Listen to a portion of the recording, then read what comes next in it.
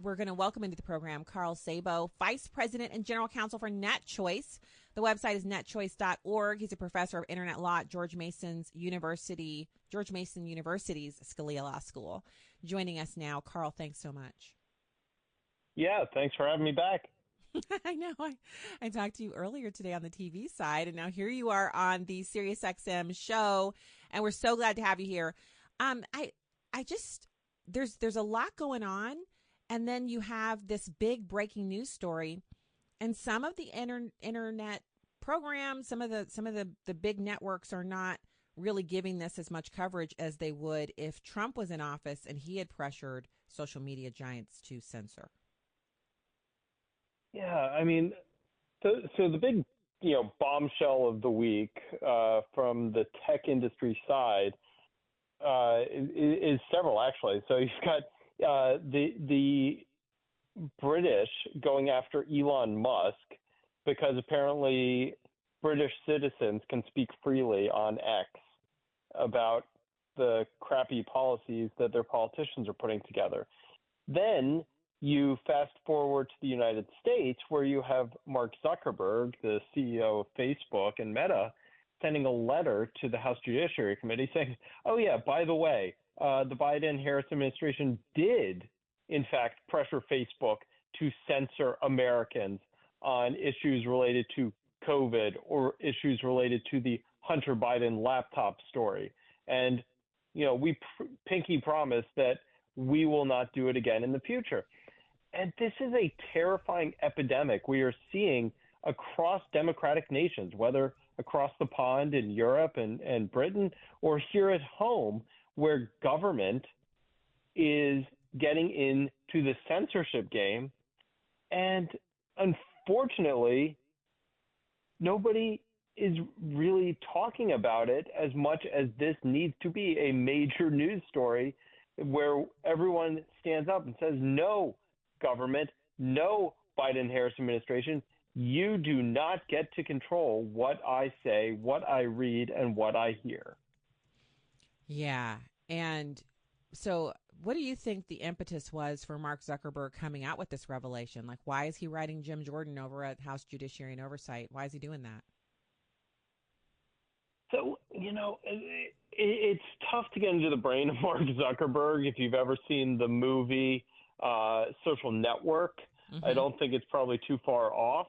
But Mark Zuckerberg a couple years ago stood and gave a presentation at Georgetown University talking about the importance of free speech online. It's something that I fight for every single day at NetChoice, free speech online. And I think that Mark Zuckerberg truly believes in it. And then 2016 happens, and President Trump is elected, and Democrats, rather than doing an introspective look of maybe Hillary Clinton wasn't the great candidate we think she was, instead decide that the only way that President Trump could have possibly been elected is because of social media, and it is Facebook's fault. And Mark Zuckerberg and Facebook, being a business and making business decisions, they don't want to be yelled at. They don't want to have government threatening to break them up or destroy them or shut them down. And so they begin to capitulate to little requests. And these requests grow and grow and grow, and they have reached an absolute tipping point. So going into the 2024 election, Mark Zuckerberg is putting down a marker, and hopefully the Biden-Harris administration is hearing it, that Facebook will not be pressured into censoring free speech leading into the 2024 election in the same way they were pressured leading into the 2020 election. So it's pretty unbelievable.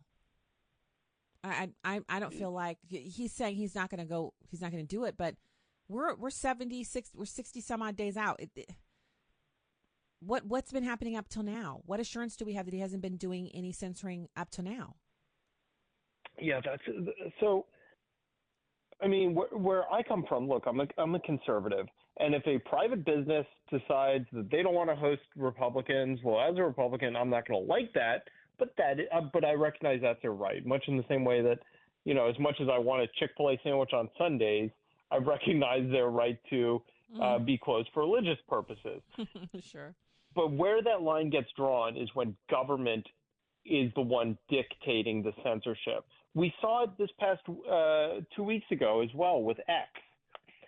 President Trump was going on X. Elon Musk was, hosting this discussion, and there were questions given to the Biden administration of, are you going to shut down this discussion? Are you going to shut down this town hall that's being held on X?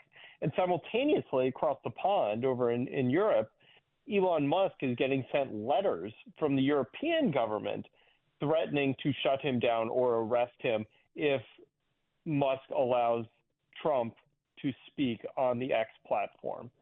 And we are seeing it across the board. What needs to be done? What needs to be done is we need to have a increase, not a decrease, not a sweep it under the rug approach to this censorship. We need to have a robust discussion of it. And that is really what is missing. It's being swept under the rug. Simultaneously, we need congressional legislation to make crystal clear that our government, must work for all Americans, and that government employees who, by the way, work for all of us, cannot use their government positions to pressure social media for political purposes. We have had legislation advanced out of the House that does just that. Jim Jordan, who's the chair of the House Judiciary Committee, introduced and passed what is called the Protecting Free Speech from Government Interference Act.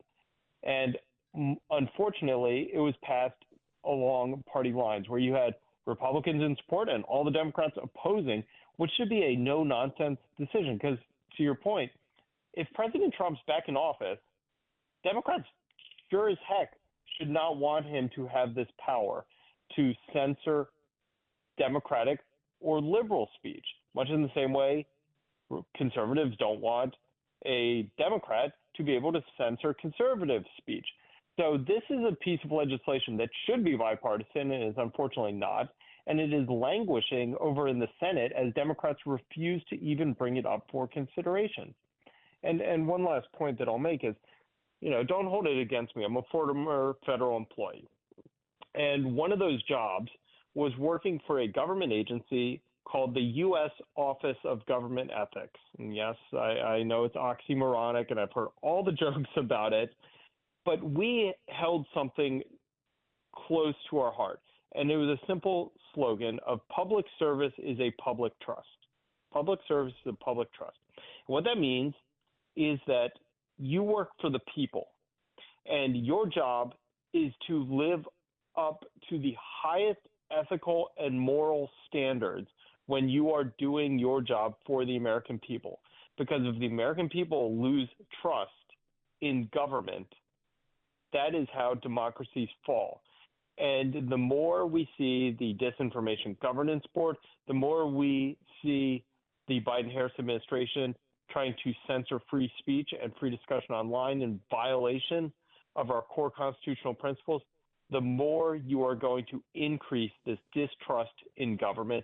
And that is the real threat to democracy. Well, I have to say, so well said.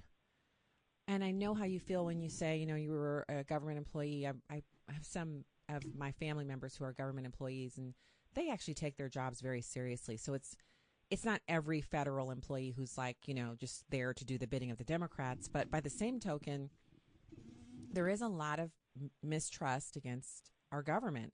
So we do have work to do in that arena. You're absolutely right. I come from a family of federal employees. Many of my neighbors are.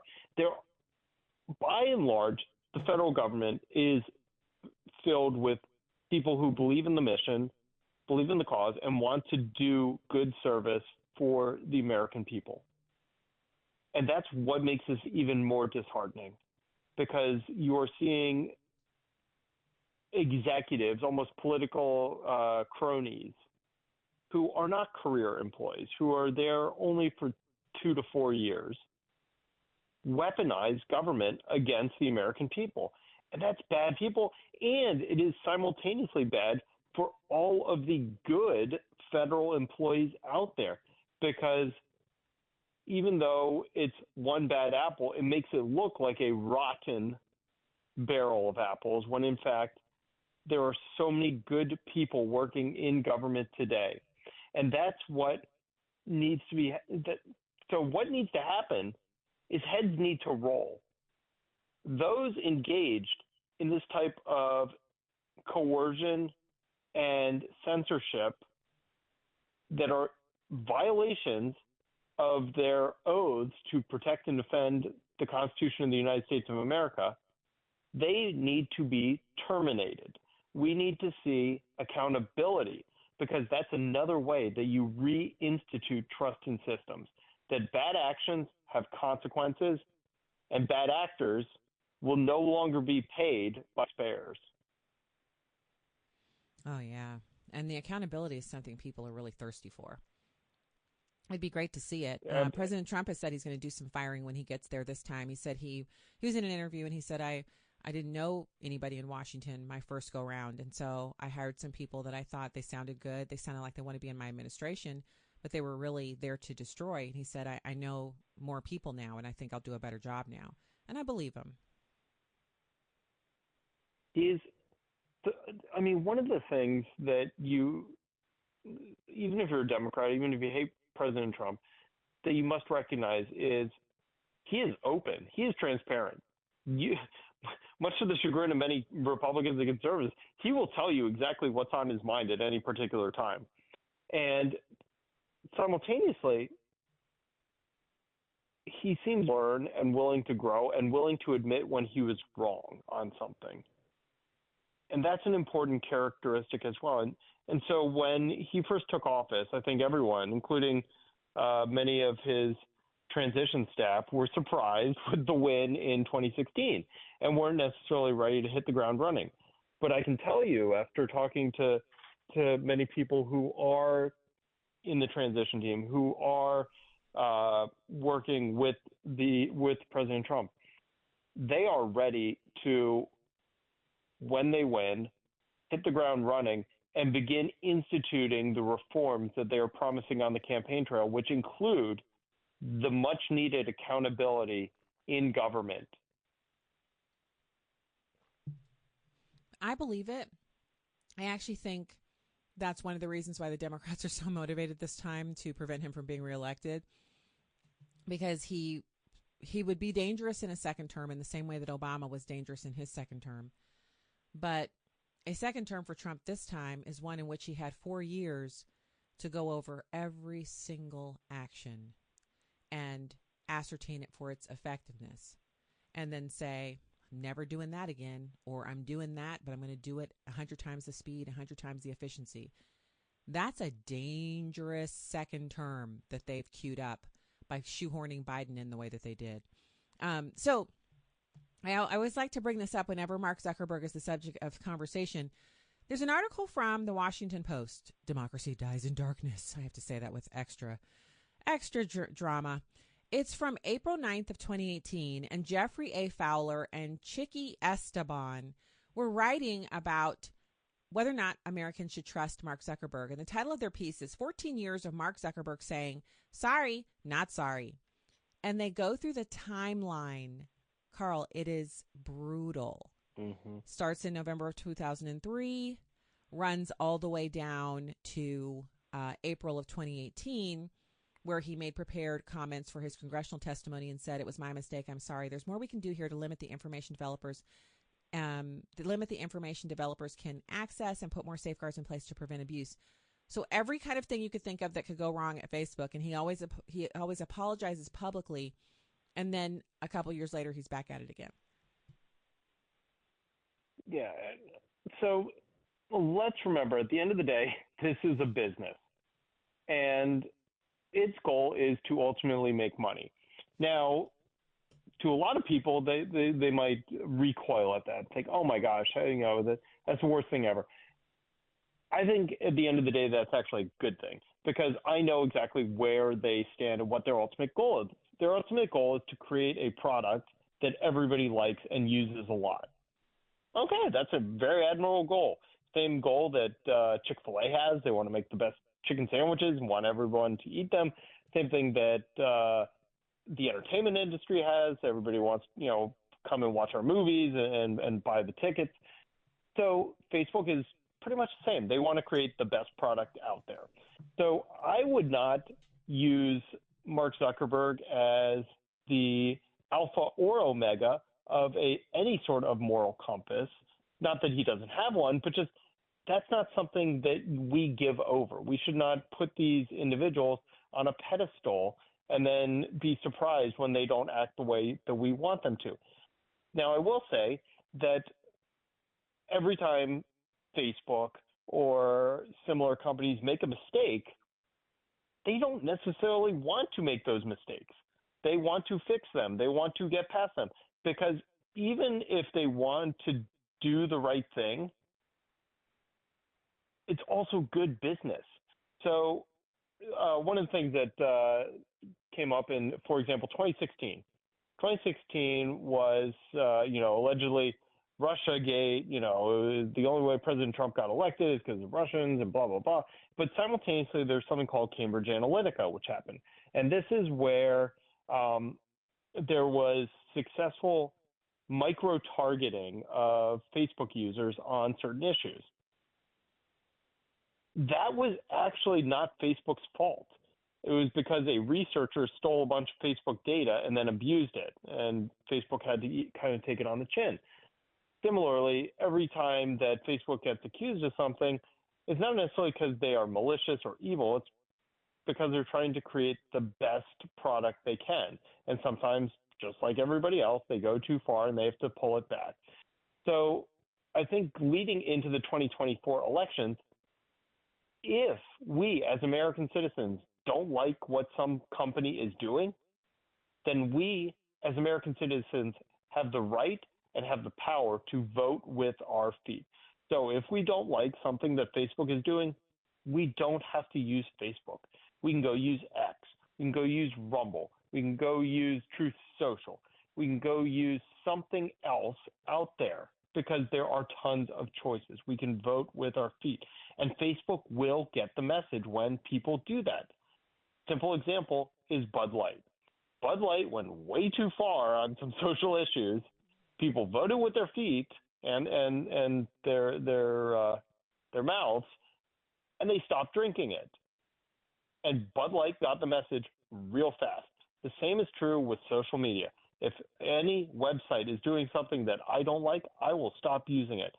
But the one thing that I can't do that with is the United States of America. And that's where the issue of government censorship is terrifying. Because while I can quit Facebook, I can't just quit the United States of America. So, long answer to a short question. Do I trust Facebook? Yes. But trust but verify. And if Facebook does something that I don't like, well, just like any other product, I can just stop using it. So I love your perspective there. And I have to say, stop using it is different than people saying, you have to quit Facebook. That was, I think, the reason why so many of the opportunities to kind of teach Facebook a lesson, they fell flat because people didn't understand that just not logging into Facebook on your phone is just as devastating as deleting the app, right? Not being a member. You don't have to eliminate your account and lose all your pictures and, basically you're keeping your life repository on Facebook. You don't have to do that. You just can decide I'm not logging into it for a month, or I won't log into it again until after the election. That is up to you, but it does actually matter to Facebook. They keep track of every single keystroke. They know when people are logging in. They know when users are not logging in there. And they can see a corresponding uptick in traffic onto X and other social media platforms. So if we want them to have better behavior, we have to show them by refusing to allow them to have access to us on a basis that's based on, things that they're either doing right or they're doing wrong. And right now, yes, it's good that Mark Zuckerberg admitted that they were influenced, but it's bad that they were influenced to the degree that they didn't stand up to the Biden administration. Facebook is a powerful company. Imagine if they'd sent out a message and said, the Biden-Harris administration is asking Facebook to censor your information. We refuse to do that. Do you know how the American people would have responded to that, considering how many Americans are actually Facebook users? So I'm not sure if they understand who they really are. It's, that's one of the things. So, Facebook's a member of my trade association, NetChoice, so are many others. And one of the things I think they sometimes forget is that they are advertising companies. At the end of the day, they are advertising companies, and they have some of the largest platforms on the planet. And if they wanted to try to notify or mobilize users, they can. But at the same time, if you just look at the situation that Facebook was in, you have President Biden and Vice President Harris going up on the stump and accusing Facebook, to quote President Biden, of literally killing people. This is the leader of the free world turning to a company and accusing them of killing Americans. That's chilling. That's terrifying. Then you take it the next step further. So it's not just the public naming and shaming by the leader of the free world. That leader of the free world then uses the full power of the executive branch to begin shaking down and destroying that business. And we're seeing it with Facebook, where the Biden-Harris administration is engaged in activities to essentially break apart and break down Facebook. That's incredible power. And so looking at it, once again, they're a business. From a business perspective, do you risk the annihilation of your business at the whim of the Biden-Harris administration, or do you just stay quiet? And that's a tough decision. That's a really tough decision when it's not just your business, it's all the people who work for you, all their employees, all their families, and their futures hang on the line when the Biden-Harris administration says, why don't you remove this content or else? And that's the type of thing that we need to push back as Americans against. It's the very type of thing that we broke away from England to stop. And we lose that, and it's going to get real dangerous real fast for free speech and free expression. Yep, I couldn't agree more. A lot of other attendant factors at play that users of the platforms may not see as being as important, but freedom is an unbelievably important responsibility to maintain. And Mark Zuckerberg and Facebook and X and all the social media platforms should have that as a part of their mission statement to promote liberty, the liberty of their users across the globe, not just in America, but especially for America, since these are American-based companies. And I just hope that this is an awakening for Mark Zuckerberg. He's apologized a lot in the past. Maybe this is an eye-opener for him. Maybe he's seen something this year that has changed his mind just a little bit. Just a little shift for him would be enormous for the rest of us as users of his platform. So, Carl Szabo, it is such a pleasure to have you here with me on the Stacey on the Right show on SiriusXM.